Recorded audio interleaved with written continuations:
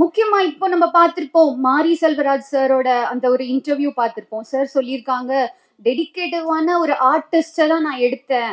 அது மலையாளி அப்படியெல்லாம் நான் பார்க்கல. அவங்க டெடிகேட்டிவா இருந்தாங்க, நான் எடுத்தேன் அப்படின்னு சொல்லி சார் சொல்லியிருந்தாங்க. சார் நாங்களும் இங்க தமிழ்ல டெடிகேட்டிவான ஆர்டிஸ்ட் இருக்கோம் சார். ஏன்னா ஆஹ் தெரியல சார், நானும் ஒரு 4 படங்கள் பண்ணியிருக்கேன் சார். அதுல வந்து காந்தி கண்ணாடி, சம்யுக்தா சாம் மேமோட இது வந்து ஒரு ஃபர்ஸ்ட் ப்ராஜெக்ட் நினைக்கிறேன். மேம் வந்து அவ்வளோ சூப்பரா பண்ணியிருக்காங்க. ஒரு ஃபீமேல் லீடா இங்க இந்த இண்டஸ்ட்ரியில சஸ்டெயின் பண்றது முதல்ல வர்றதே ரொம்ப பெரிய கஷ்டம். அப்படி இருக்கும்போது எல்லாத்தையும் தாண்டி மேம் வந்திருக்காங்க. Ma'am I'm really happy for you. அதை தவிர்த்து நான் ஒரு ஸ்பெஷல் தேங்க்ஸ் சொல்லணும். யாருன்னா டைரக்டர் சார். நீங்க பார்த்துருப்பீங்க, அங்க வந்து நான் ஒரு ஆங்கிலோ இந்தியன் பொண்ணு.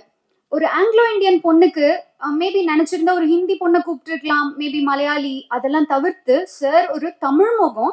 ஆனா அவங்க ஆங்கிலோ இந்தியனுக்கு செட் ஆவாங்க அப்படின்னு நினைச்சு சார் என்ன கேஸ்ட் பண்ணியிருக்காங்க.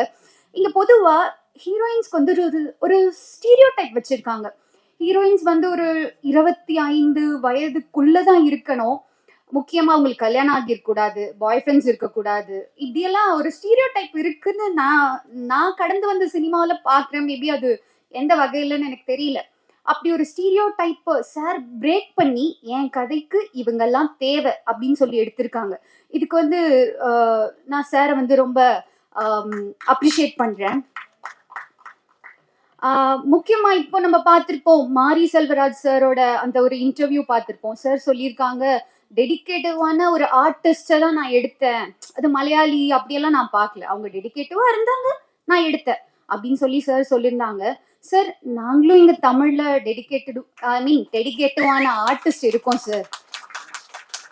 ஏன்னா தெரியல சார், நானும் ஒரு 4 படங்கள் பண்ணியிருக்கேன் சார். அதுல வந்து காந்தி கண்ணாடி, அர்ச்சனா அம்மாவுக்கு டீனேஜா பண்ணியிருப்பேன். முக்கியமா பாத்தீங்கன்னா அது ஒரு கிராமத்து சப்ஜெக்ட், அதுல நான் பண்ணியிருப்பேன். அதுக்கு அப்படியே ஆப்போசிட் பாத்தீங்கன்னா கமர்ஷியல் பண்ணியிருப்பேன், ஸ்டண்ட் பண்ணியிருக்கேன், கமர்ஷியலான ஒரு சாங் பண்ணியிருக்கேன். சார் ஞாபகம் இருந்துச்சு, இங்க பார்க்கும்போது சார் கூட ஞாபகம் வச்சு கேட்டாங்க. அப்படி ஒரு ப்ராஜெக்ட் பண்ணியிருக்கேன். டெடிகேட்டிவ்னா என்ன டெடிகேஷன் சார்? நாங்க எங்களால முடிஞ்ச எஃபர்ட் போடுறோம். ஆனா அது உங்க கண்களுக்கும் உங்களோட பார்வைக்கும் உங்க காதுகளுக்கும் வந்து சேரல. அது எப்படி சேர்க்கறதுன்னு தெரியல. மேபி மீடியா நீங்க தான் எங்களுக்கு சப்போர்ட் பண்ணி அவங்க கிட்ட கொண்டு போய் சேர்க்கணும். டெடிகேட்டிவான ஆர்டிஸ்ட் நாங்க தமிழ்லயும் இருக்கோம். ஸோ நீங்க எல்லாருமே எங்களுக்கு சப்போர்ட் பண்ணோம். முக்கியமா சார் ஒரு சின்ன விஷயம், மேபி இது என் வயதுக்கு மீறின ஒரு பேச்சா இருக்கலாம். இங்க எல்லாருமே ஓடுற குதிரையில பந்தயம் கட்டதான் தயாரா இருக்காங்க சார். ஓடுறதுக்கு தகுதியான ஒரு குதிரை இருக்கு சார். ஒரு வாட்டி பந்தயம் கட்டி தான் பாருங்களேன், அது எவ்வளவு தூரம் ஓடுதுன்னு. உங்க எல்லாருக்கும் நன்றி.